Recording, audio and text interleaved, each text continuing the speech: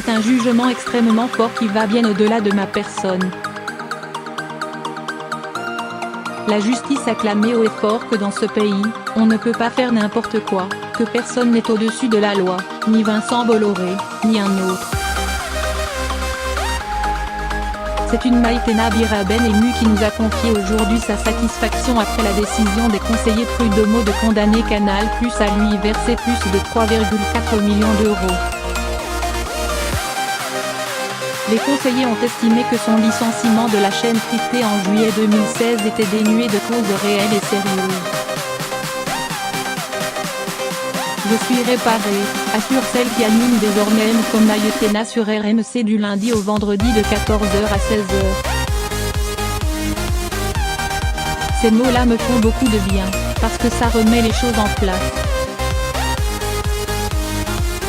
Choisi par Vincent Bolloré, le patron du groupe Canal pour reprendre les rênes du grand journal à la rentrée de septembre 2015, elle avait été licenciée 10 mois plus tard pour faute grave. Il lui avait été reproché, en plus de faibles audiences, d'avoir refusé de recevoir Michel Denisot sur son plateau alors que la direction de la chaîne avait décidé qu'il couvrirait le festival de Cannes. Tout ce qui est arrivé, pas seulement à mon égard, a été d'une grande violence. Des gens me disent que mon honneur a été lavé, mais il n'a jamais été question d'honneur. C'est une question d'attitude dans la vie, qu'on n'a pas le droit d'avoir. Canal+ était mon employeur, mais c'était plus que ça. C'était une manière de vivre, une liberté, un pan de la culture française qui a disparu. À la sortie de l'audience le 25 juin, au tribunal des prud'hommes de Boulogne-Billancourt, Hauts-de-Seine, celle qui réclamait alors plus de 4 millions d'euros à son ancien employeur avait les larmes aux yeux. Elle assurait que Vincent Bolloré allait le payer cher, le plus cher possible.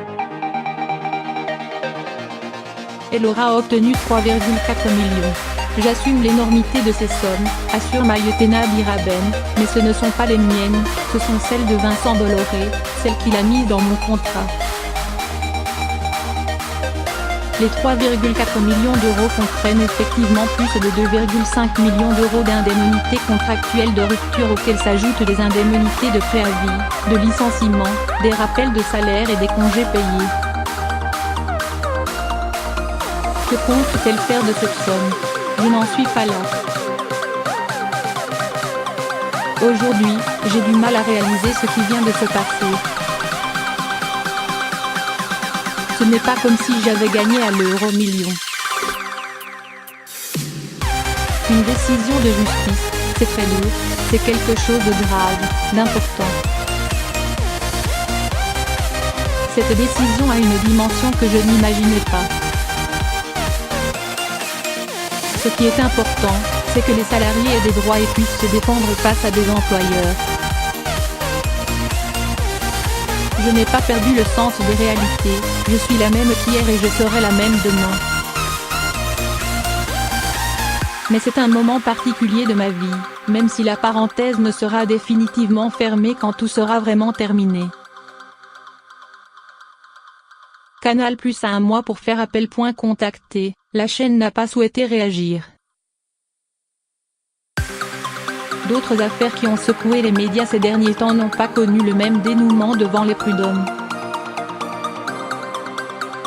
Dans le cas qui opposait Tex à Sony Pictures, son employeur pour France Télévisions, après une blague sexiste dans Les Amours, le motif de faute grave a été retenu et l'animateur n'a obtenu que 45 000 € d'indemnité alors qu'il en espérait 1,2 million pour la requalification de ses CDD en CDI. Tex a fait appel. De son côté, Julien Lepers réclame 3,4 millions d'euros après manque les médias, le producteur de questions pour un champion pour l'avoir débarqué du jeu fin 2015. En avril dernier, sans parvenir à un accord sur cette affaire, les prud'hommes l'ont renvoyé en départage, c'est-à-dire que le dossier sera instruit prochainement par un magistrat professionnel.